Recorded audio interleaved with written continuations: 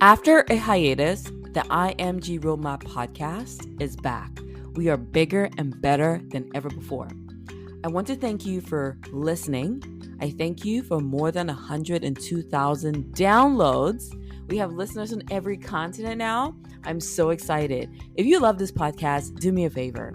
Allow me to stay alive by leaving a comment and rating me on Apple, Spotify, or Google Podcasts, literally wherever you listen to the podcast. Oh, and if you would like to join the cohort of physicians who start residency in 2023 and you are an IMG, then this program is for you.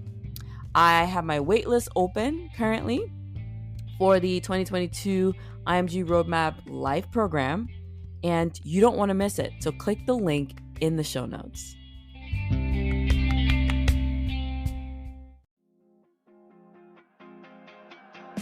The IMG Roadmap is the only podcast dedicated to coaching international medical graduates in success blueprints for this unique pathway. I am Dr. Nina Loom, your host, a previous IMG turned hospital medicine physician, healthcare administrator, speaker, and coach. I empower, encourage, and equip you with actionable steps that you can take towards the residency position of your dreams. Welcome, guys, to another episode of the IMG Roadmap podcast. Today's guest is Dr. Osunwa Paul. He has a very interesting background and story in general, and I can't wait to welcome him on the podcast. Welcome, Dr. Osunwa. How are you doing today? Doing well. Thank you, Dr. Loom. I appreciate it. Thank you for having me. Oh, I'm glad that you're here. So can you tell us a little bit about yourself? I know quite a bit about you just by keeping up with you through different arenas, particularly social media. But can you tell us a little bit about your background? Surprise the people, because they're wondering, who are you? Why are you here? Are you an IMG? Are you not an IMG? And just tell us a little bit about your background. Awesome. I will do. So like Dr. Loom said, my name is Paul Osunwa Jr. I'm from California, and I'm originally Nigerian by ethnicity. Both parents were born in Nigeria. By way of being an IMG, I used to be a nurse for 3 years before going to medical school. I applied to many MD programs, and I got one interview that was at St. Louis University, and I got rejected the month before school started. So I continued working, and I applied, the next cycle, and I applied to St. George's University in Grenada, West Indies. So I applied, I got in, and I was part of the AEP program, which is the academic enrichment program for people who transition from different careers and who are non-traditionals, because I was a little bit older then. I was 25 when I started. So I got into medical school, and I'm telling you, the first semester I thought I wanted to quit because I left a good paying job, and I'm here having to crack my brain, competing with people who are like 21 years old, 22 years old, whose brains have already been in the academic arena. They know how to study.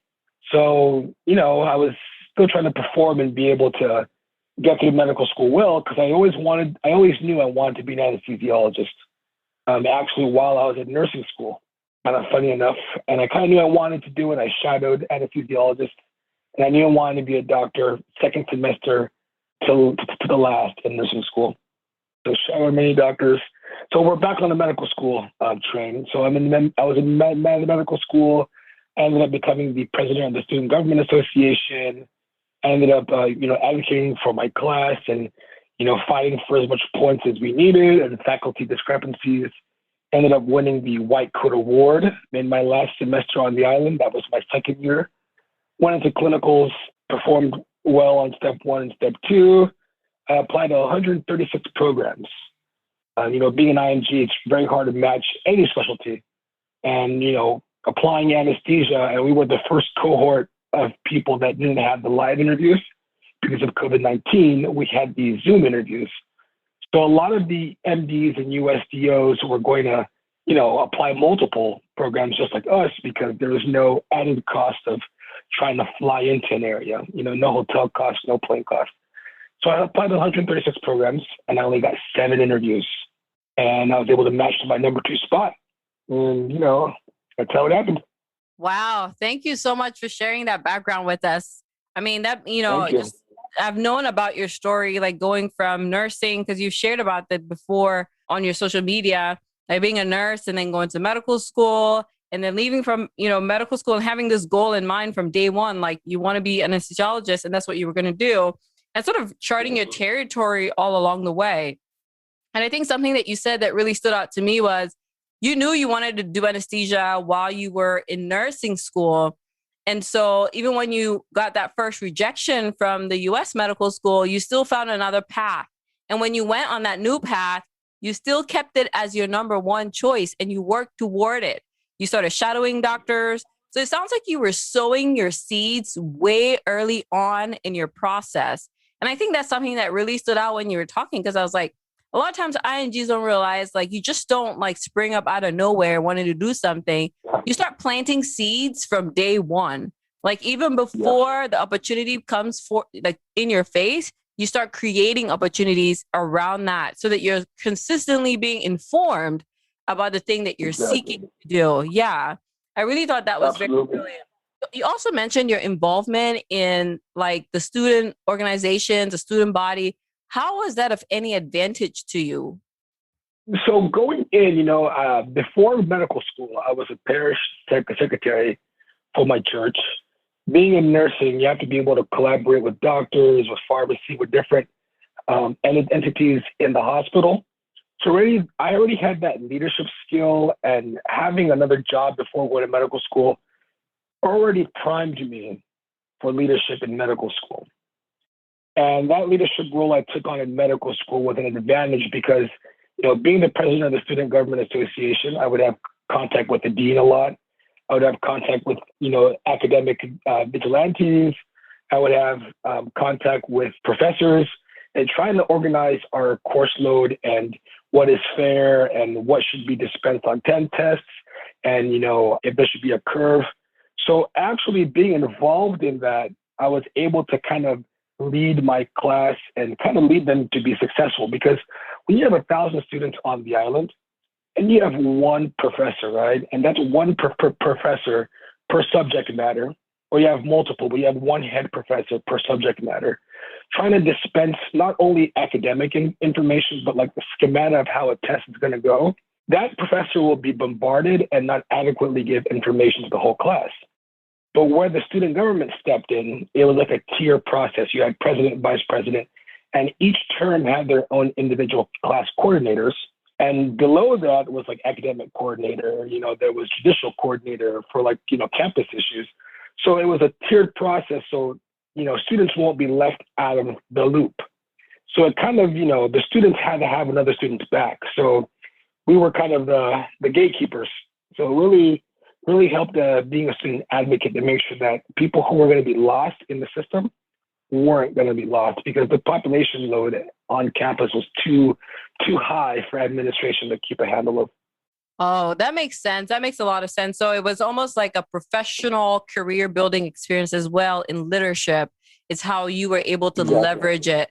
So because people are going to they'll be wondering, right? Like our listeners are going to be wondering if they should be involved in those things to help increase their chances of matching. But it's not like a direct relationship. It's by virtue of doing those things, you are making professional relationships and building professional relationships that you could represent as a leadership position. Is really how you use those opportunities, is what I'm hearing. Absolutely. Absolutely. I still have long-lasting relationships with my clinical dean, and actually my dean of basic sciences now became the dean overall of the medical school. And we would have weekly meetings, and I still talk to him till today. We still talk about, the curriculum, how things are going. If students reach out to me that wanting to go to SGU, since I have the in-depth information, and I've been talking with the dean ever since I was actually in term 2, so first year of medical school, and I became the president in second year. Until now, I'm able to give them a more bigger picture of what actually goes on that isn't actually shown when, the school's advertised to you. So it also helped in, residency, because, you're going to have, it's when you're a PGY1, you're managed by your upper years, and then you have your attending. So being able to also lead your peers as well, and also being helpful, because, medicine's peer-to-peer learning. So having that extra, I would say, training, being in student leadership in medical school actually is helping me now, and will help me when I become a senior resident. Wow. Okay. All right. That sounds good. Sounds very well thought out Yeah. process for you. I'm really Yeah. impressed that you were thinking about those things while you were in medical school. And now you're seeing how obviously it helps because you've already developed yourself in that kind of a leadership role to where taking on leadership in residency is even a lot easier because you've done it before. So Exactly. let's talk a little bit about matching into anesthesia because it's one of the specialties that has fewer spots even for US students. And then when you Yeah. add on the complication and in air quotes of being an IMG, sometimes that could be even more difficult to achieve. And that's primarily Exactly. because there's fewer spots for anesthesia across the country. And there's always more people that want to get into anesthesia than there are available positions. I like to use that verbiage in describing it because people get so caught up on the word competitive that they mind block things, right? But if we Yeah. really Yeah. understand what competitive means, it means that there's not enough positions, and that's why people can't all fit in. But that Exactly. being said, it allows for where it's a lot more, you have to use objective standards to get into the specialty. There's a lot more rigorous applicant search and criteria in place. So, can you walk us through what it takes to match anesthesia as an IMG? Yeah. So you laid it out perfectly in terms of there's limited spots, and you have all these people trying to go through a funnel, and sometimes not everybody's going to go through the funnel, including US, MD, DO, and IMGs and non-US and US IMGs. The process of matching into anesthesia, I would say personally, started from day one because I knew that I needed to get either average or above average scores on step one and step two. Lucky for these new incoming MS2s, MS3s, their step one is pass fail. So I knew that I needed to do that. That was the objective standard. Now, the subjective standards that I had that were going for me, I knew I had to get involved in some kind of activity while in medical school. That being, I had research. So that's also a good thing to have. I had student leadership involvement. That's also a good thing to have. I was part of AMSA, American Medical Student Association. I was part of SNMA. So I was very involved because when you're applying to residency, they want to know that you're not only just, very good at taking tests, that you're this smart person, but they want a doctor. And a doctor doesn't only hide in the lab. You have to be able to relate to people on many levels, socially, medicine, economically, because, doctors are part of the leaders of society. So you have to be able to be proficient in what's happening in society. So I knew that I needed to have a high step one, high step two, and I also needed to be somewhat malleable in other factors that are subjective. So I had those going for me, and I also knew that it's going to be hard to match. I knew this. I knew this going. I knew it wasn't going to be a breeze. So my third year of medical school, COVID unfortunately hits, and I was supposed to have an elective in anesthesia, 2-week elective, so I can secure an LOR. Because another objective parameter is that you need an LOR from an anesthesiologist, and then some programs require that you have an additional letter from a chair of a program, either from your school, if you go to like a USMD school, whereby university hospitals have inbuilt residency programs and medical students flux through there. And they can get a letter through a anesthesia chair, or you rotate at a hospital that has an anesthesia chair. I had none of those. So what was going for me were average to high step one and step two scores, my leadership qualities, and all the things I was involved in, and also to applying to almost every single program. So as an IMG, you have to now assess yourself. What parameters are working for you? What parameters are working against you? If you have one side of the equation that's working against you, you need to buffer up the other side. If everything across the board is working for you, you're very lucky. The next step is now to ace the interview, because they've not chosen you for an interview because they like everything that they've seen, but they want to now make sure that this person that is coming in, are they going to be able to fit into our program? Are they going to be able to be relatable? Are they conversational? Do they have qualities that we like? So once that person's able to hit all those objectives, it's still a challenge being an IMG, but there's a good chance that they will match. Absolutely. Absolutely. I Yeah. think that we are moving into the era of medicine where they're going to be looking at 360 degrees, right? They're going to be looking at the applicant across the board. And I think the whole push of going from a score in step one to pass fail is really to drive that change. And you have to be multifaceted. You have to have more than just a score. You need to have experiences. You need to have professional experiences. You need to have leadership experiences, volunteer experiences. You need to tailor your application to show your interest and your commitment to the specialty as well. And so those are all really important factors that I just need to incorporate, right? Like we really need to reconsider these things, because before we all thought, okay, we just need to get a 240, right? And 240 was going to get us in the door. And then we're seeing, well, 240 is becoming obsolete for step one, but step two, it still matter. But for step one, it wouldn't be reported anymore. So you need more than just a number to stand out. And I think that's the word you're giving out to students. So can you tell us how you were able to manage your medical education in that COVID time? Like how, it sounds like it affected your, things you had planned out, but how were you still able to plan for application despite those interruptions? Yeah, that's a very good question. So I'm gonna give a little background. Actually, we were dismissed out of clinicals March 17th, 2020. And I was in my psych clinical. And actually, I was supposed to go to Nigeria in the middle of my psych clinical. And I worked out a deal with the psych clinical director. I was supposed to go for 2 weeks and then make it up with more hours front loaded and back loaded. Unfortunately, that didn't happen. So now my anesthesia rotation was supposed to happen 2 weeks after that. That was obliterated. We were all just moved into virtual clinicals for almost 3 months before we were put back into the hospital. So I'm going to take ownership of this. I could have definitely gotten an anesthesia letter. And I'm a person that is able to look myself in the mirror and analyze and say, Paul, you got to take advantage of your resources. So, there was COVID, but there was a way. I was put back after 3 months. We were put back into the live clinicals.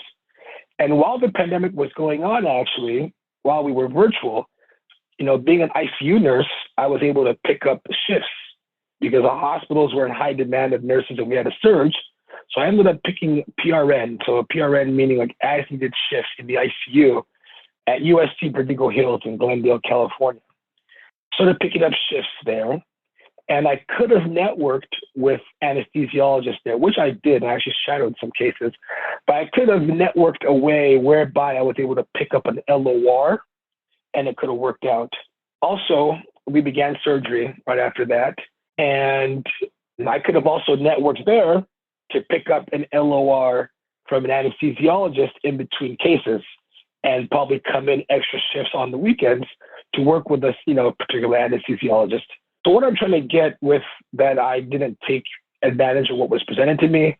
Any IMG that's listening to this podcast, if you're presented with opportunities and you just kind of go in a straight line, but you're not able to bend and take advantage of what's right next to you in that arena, you got to be able to, because you'll look back and say, if I was able to take advantage of like that anesthesiologist that was in the room and network with him during my surgery rotation, because in my anesthesia rotation, it was non-existent, I could have gotten maybe 4 more interviews. So even though COVID did obliterate the anesthesia rotation, I could have still been able to grab that letter. I like how introspective that you are and how you're able to analyze a situation, especially when you're the one involved and you're able to say, hey, I could have done this differently. I could have been better. Because yes, you still made it into your specialty of choice, but you're telling us, don't do what I did. Do the right thing. Do the thing that will likely work to your benefit. I could have networked better. I could have, really set my foot down, and maybe I would have matched in another location or in a location that's home or whatever. But what you're telling us is you can look back at your scenario and say, yeah, I successfully matched, but here's how I could improve. And I think that speaks a lot to the mindset that you have and the mindset that I want our listeners to really grasp. Because a lot of times when my students are listening to this podcast, they're just looking for tips. They're just looking for things to take home, right? What can I do? It's like, it's a formula. They're looking for a formula, right? But what I want them to see is that there is also something to be said about character. There's something to be said about integrity. There's something to be said about being able to analyze a situation and be truthful with yourself. Okay. Like there's something to be said about looking back on a scenario and say, here's how I failed at this, and taking responsibility. Because I believe that you cannot have success without those things being in the picture as well. Otherwise, you're going to have somebody fooling you or, giving you false motivation, false hopes, when indeed it's a lot more convoluted situation than that. And so I want them to also take home the character behind Dr. Osunwa, just not what he's telling us to do, but the kind of person that he is. Because until you as an IMG listening, until you're critical about your situation, and you can sit down and say, I haven't done this and this, I should do this. Okay. Until you're able to tell yourself and be honest with yourself, instead of DMing us, asking us what you should do when you know what to do, you know exactly what to do, but you want somebody to tell you again. Right. So taking initiative, analyzing situations, being critical of yourself and saying, how can I do better? I think you should take that home with you today if you're listening. It's very huge. I mean, we are our own worst critic. And when we speak to ourselves and we analyze our situation, no one is going to tell us the truth more than ourselves. You know what I mean? And in order to succeed, we have to fail. And upon those failures, we add the successes to those lessons that we've learned. So that's how I've kind of lived my life, being an athlete in college, competing, winning some meets, losing some meets, improving upon those, being a nurse before, being in situations, learning from those mistakes I made, even with relationships, with friends, with girlfriends. How did the way I did this way, make sure this doesn't happen again, and ways you can improve upon them. It's very important throughout all of life, because you're going to always fail. You're not going to win every day. Every day you're not going to win. I still don't win a day. Some days I lose, some days I win, but I build upon it and I learn. Right. Absolutely. We're not going to win at everything, but the key is in, self-correcting. The key is in being persistent, being consistent with ourselves, right? I mean, this is invaluable advice, guys. And if you're listening, you better be taking some notes here. So, Dr. Osunwa, let's just talk a little bit about, some of the things that you've been able to achieve. It's very rare. I don't get a lot of people who had a career before that are IMGs that go to the islands and start over and then come back into this process. But I know that there are some people that are listening that can relate to that, or they're in a position where they're starting out and they're like, man, this seems so far off, right? Like that first semester of school thinking like, oh my God, what did I do? I had a well-paying job and here I am, like you said, cracking my head open to learn this material. Looking back, do you regret any of that? No, I don't. I do not regret leaving my career as a nurse, going to medical school. I would be lying and saying that there are some days I do think about, if I stayed, how my life would have been. For example, and I'm not, financially driven as a means to doing something. Granted, I'm in residency now and I'm making half of what I used to make as a nurse. So I look at these, travel nursing posts, and I see that some people are making $7,000, $8,000 a week, and I'm like, wow, this must be really fun. People are, buying houses, they're going on huge trips, they're doing lots of grand things. Sometimes, I'm going to be honest with the audience, that does set in, but then I look at the bigger picture and I say, okay, I went to school, one, to do more for my patients as a whole, because I'm able to take care of my patients with more information. The more information you have, the more you're able to do with that information, right? Secondly, I went to school for an investment in myself. It was an investment in knowledge acquisition. So all the questions that I had in my previous career as a nurse, thank God for medical school, they were answered. And furthermore, in residency, those questions and those answers are now applied in real time. And, I'm happy with where I am now. And I know that after residency, I see you enjoying Dr. Loom, and I see your social media, and, life is good on the other side. And now you're back in fellowship. So, it's, there's big stars ahead. There's the sun at the end of the tunnel. So, I know like medicine after the rain. Yeah, medicine is one big sacrifice, but it's so rewarding when you go through all of these different phases of medicine and you come out on the other side, because it's something that I can't put in words, but there's something to be said about taking care of your patient holistically and being that person that brings them to a solution. Or in your case, when you finally have a patient that has a really severe illness or ailment that needs surgery, and you're able to put them down to sleep and wake them back up safely. Like, those are huge milestones that you have for the rest of your life. And so these years of like sewing into them, yes, they're painful. Yes, they're hard. Yes, they demand of you, especially if you're coming from a position where you're taking a pay cut. But it is so much more rewarding on the other side when you can offer these services to your patients and do it safely, correctly, and really offer people high quality care. Like, there's nothing that beats that, to where if you're in that position and you're thinking, man, it's so long, it's this, is that. Because I get a lot of people, especially women. Okay, I'm going to pick on some women right now. Especially women, physicians, women medical students. If you're listening, listen up intently here. Okay. The fact that you have a uterus doesn't mean that you can't have a career if you want to. Okay. If you don't want to have one, that's different. And if your career is going to take 4 years, 6 years to achieve, and you have the ability to do it, don't let your uterus be the reason you stand in the way. I'm going to leave it at that. If you got it, you got it. If you didn't get it, that's on you. But, but I hear that a lot. We let all these things hold us back. And some people will say, well, Dr. Lim, you're saying that because you're not a mom, or you don't know what it's like to have kids and to do all these things.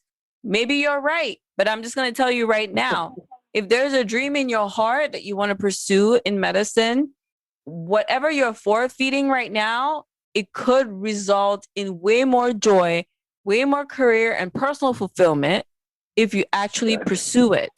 And we're not here to convince you otherwise. You can do what you want to do, but hopefully you can see from Dr. Osunwa's story that he invested in himself, took a step back, or what looked like a step back, in order to get 10 steps ahead.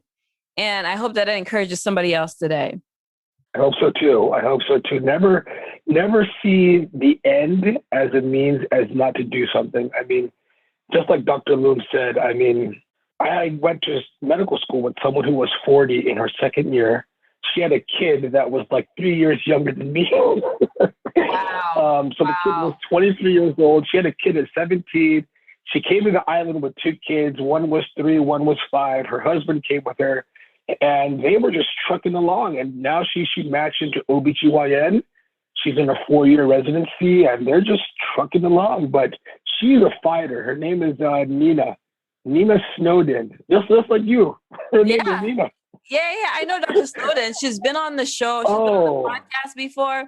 She's also been a guest speaker, actually, during my online training program that I have for IMG's IMG Roadmap course. She's also been a guest speaker on there. And she's a boss. Like, she had her own practice in nutrition before moving to the Caribbean to start over. Right. And it's amazing. It's amazing how she's able to do all the things that she's done and still pursue her passions. And we'll give her a shout out here and in the show notes as well. But those are people that are showing us day in, day out that you don't stop, or you don't not pursue your passion because of your age, or because of your career now, or because of something else. Yep. That woman is a fighter. Like, I give her lots of respect. And even in medical school, she was making, good grades. And I'm like, you know what? Fight on me now. Right. It was beautiful and refreshing to see. I was like, you are a real one. Absolutely. So let's pivot a little bit into the things that you would recommend for an IMG to consider including in their anesthesia application. So what are the things that you think would make an anesthesia program director, anesthesiologist program director look at an application and be like, this is the kind of person I want to interview? So, everybody has that, now that step one is pass fail, so it's going to be pass fail step one. Everyone, baseline would have an average step two score, right? Some might be below average, some might be above average. But there has to be something in your application that just rings a zinger, and a zinger for good, right? So something that's different than everybody else that kind of grabs their attention, that other people might not do or might not have. And, maybe not everyone has something different, but if you're able to pull out something of yourself, something that you've done, something that you're involved in that is different than many other applicants, that is attention grabbing. And with that, you'll be able to really wrap, program directors in, PDs, anesthesia heads in, and they'll be like, okay, this is very different. They can add something different to our program that we're needing, besides all the other regular factors of, step one, step two, and all the, LORs and stuff like that. But something different. And it's kind of hard to figure out what's different about you, per se. For me, I was a college athlete, second career.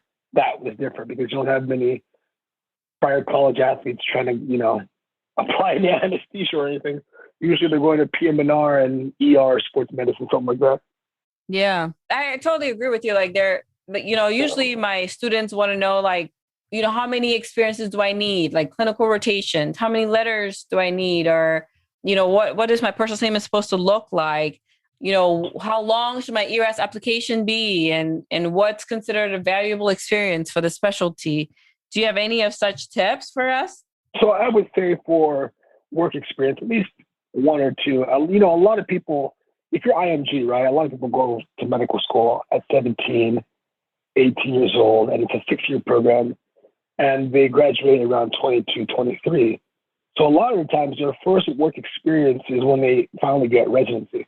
But they might not have actual work experience, and that might be people who are actually in foreign countries like Pakistan and such. But let's say you're a person who is going to the Caribbean that is like a US IMG. I would say definitely scribing is also good because you learn how to be proficient in SOAP notes and writing H&Ps. So working that and actually using that as experience to help you in clinical years would be great. Even being a pharmacy tech, a patient care tech, a CNA, at least you'll learn hospital function. Right? So there's things in the hospital that you already know that goes on. Being a pharmacy tech, at least you know about dosages. So something that's applicable, even non-applicable things that are not medicine related, but you've worked, it shows that you are able to take a job serious, have a sense of ownership, and be able to report to someone. That's essentially why they want, work experience. Just those basic criteria. Are you governable? kind of sounds militant, but are you governable? Are you able to work with others? That aside, research is great, especially for anesthesia. You want at least, you don't have to have any. I had 2, but there are people that get in with none. But it always looks good to have. If you're a surgery applicant, you want at least 2. Anesthesia, it looks good to have 2, but you don't have to have any. And scores, you want that pass on step 1. And the average for US IMG that I know was 237. I think average for non-US IMG was 239. So I'm always a person that you want to always study to your max, and you want to be able to really, check yourself in how you're performing. And you always want to own your academic mistakes. And in the event that you are pushing yourself to the point whereby you're still not hitting those marks, you want to also seek resources, things like tutoring companies, other friends who are smarter than you. I actually went to New York to study with the chair of the Honor Society of my medical school for step 2. I took a 3-week hiatus from California, took a leave for 3 weeks from my medical school, and they allow you to take like leave time.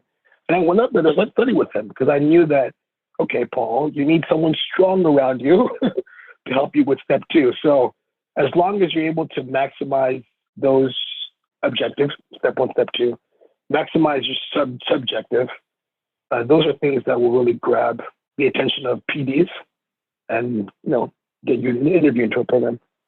Yeah, absolutely. Thanks for those tips. Hopefully, you guys are taking notes so you can, apply those into your life. Doesn't mean that if you don't have this experience, you can't get into anesthesia. That's not what we're saying.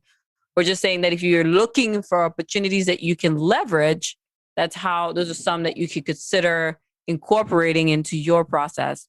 So, how is residency going for you? Can you give us a little bit about what a day in the life of an anesthesiology resident is? Yes. So I'm a PGY 1. So we don't enter the OR until your PGY 2 year. And PGY 2 year starts the clinical anesthesia year 1. And clinical anesthesia year 1 goes for 3 years. So usually your first year can either be a prelim or a transitional year. I'm in a program whereby all 4 years are built in the same program. It's built in the same house, essentially. So it depends what rotation I'm on. Currently, I am in my ICU/pulmonology month. So a day for me in this month for the first 2 weeks, I'd wake up usually. I know you see me, Dr. Loom, at times. I wake up at 3:30 a.m. I go to the gym. Yeah. I work out. Yeah, it's documented, so it actually happens. But I've been backing off. I'm able to sleep in later now because we're in clinic for pulmonology. So I'll wake up at 3, get there at 3:30, work out for 2 hours, leave the gym at 5:30. We start rounding at 8:30. So I got a pre-round on the ICU patients. We round from 8:30 until 10. Stop for a break. We got to go to the bronch lab, bronch some patients, come back, grab lunch at 12 to 12:30. We eat. Then we go back. We round from 1 to 1:30. And then, ICU, as you're rounding, you're also turning off fires. So as you're rounding, you're turning off fires with your adjacent patients. Maybe they need a line because they're crashing, so they need pressors, So you got to immediately divert from rounds, go put that subclavian line, go put that art line, intubate someone, come back to rounds. So usually we try to tidy things up, and by 3 o'clock, we're out of there. Now that I'm in clinic, we'll usually start the clinic at around 10. So I'm able to wake up at 7, mosey my way to the gym at 7:30, work out till 9, leave the gym at 9. And the hospital that I'm at, it's a private hospital. So our program, we rotate at multiple hospitals in our first year. So I'm able to get breakfast in the doctor's dining room. So I'm able to get breakfast there, and they have protein for us, protein shakes. So I'm able to load up on protein shakes, put it in my bag, eat breakfast there, walk up to clinic.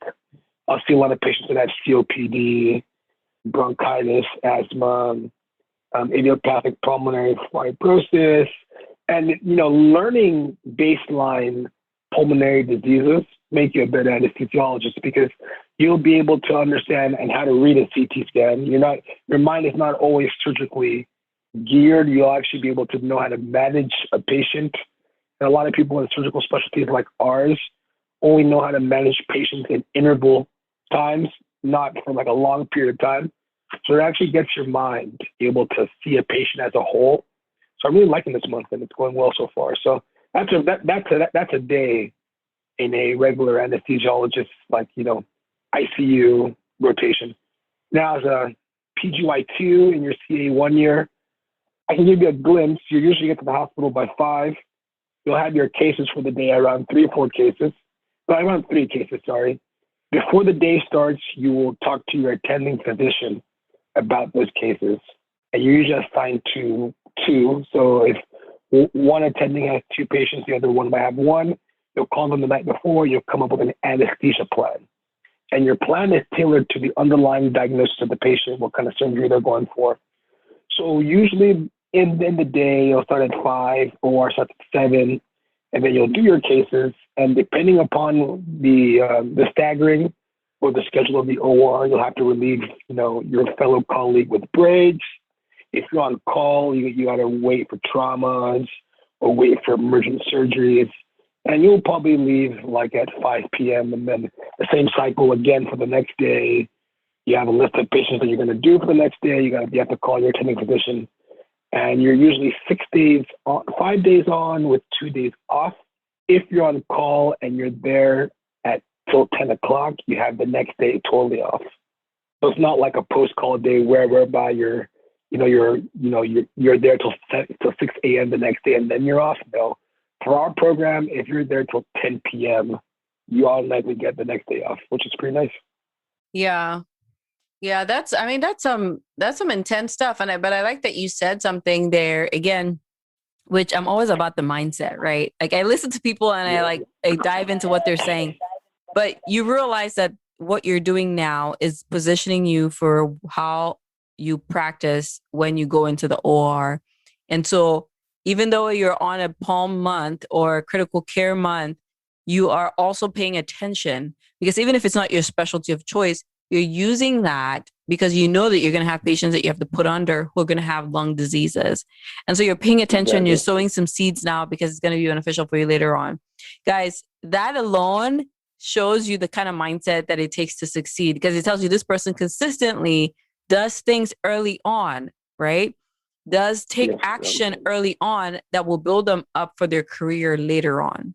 And if there's nothing else you've gotten from this episode with Dr. Osunwa, I hope that you take this home with you, because he's showing us how he has made it this far, despite being an IMG, despite giving up his career in nursing, going to the Caribbean, successfully matching into a specialty that is considered highly competitive. And now, even within that, he's still applying those same success principles.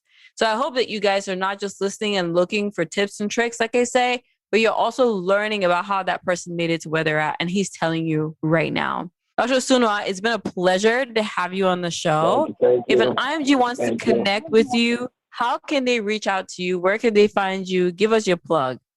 So you can always reach out to me at Prince, so PRINCE _ Chiso, CHISO.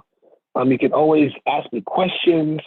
I'll be more inclined to answer questions that are more anesthesia and surgery related, but I'm willing to answer any other questions too. I'm an open book, and I can also reach out to friends who are in other specialties that can also guide you accordingly. But if you could take one thing away from this, listening to me, I would say never give up. I had people who would tell me, even doctors that would tell me, are you sure you want to go to a Caribbean medical school?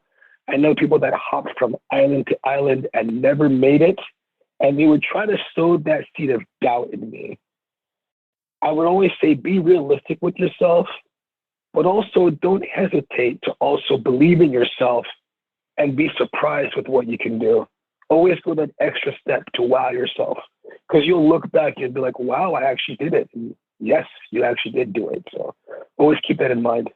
And how can they reach out to you? What's your Instagram handle? Or you can the handle is at Prince _ Chiso.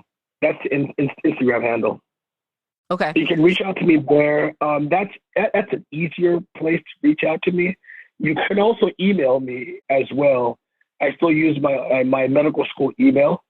So it's P as in Paul, so just P, my last name, OSUNWA @sgu.edu.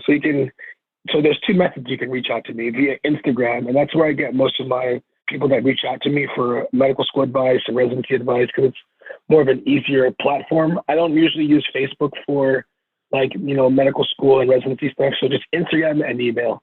Those are the two methods. Awesome. We'll have all your information in the show notes. We'll have your email and your Instagram handle all hyperlinked, guys. So go down to the show notes and click on it. While you're in the show notes, you'll also notice that we are allowing you to be able to join the wait list for the IMG Roadmap course that comes up this spring. If you're interested, just sign up down below. Thank you so much for having us or for coming on the show, Dr. Osunwa. We appreciate your time. Thank you. I appreciate you guys too. Good luck with everybody, everything, guys. Thanks.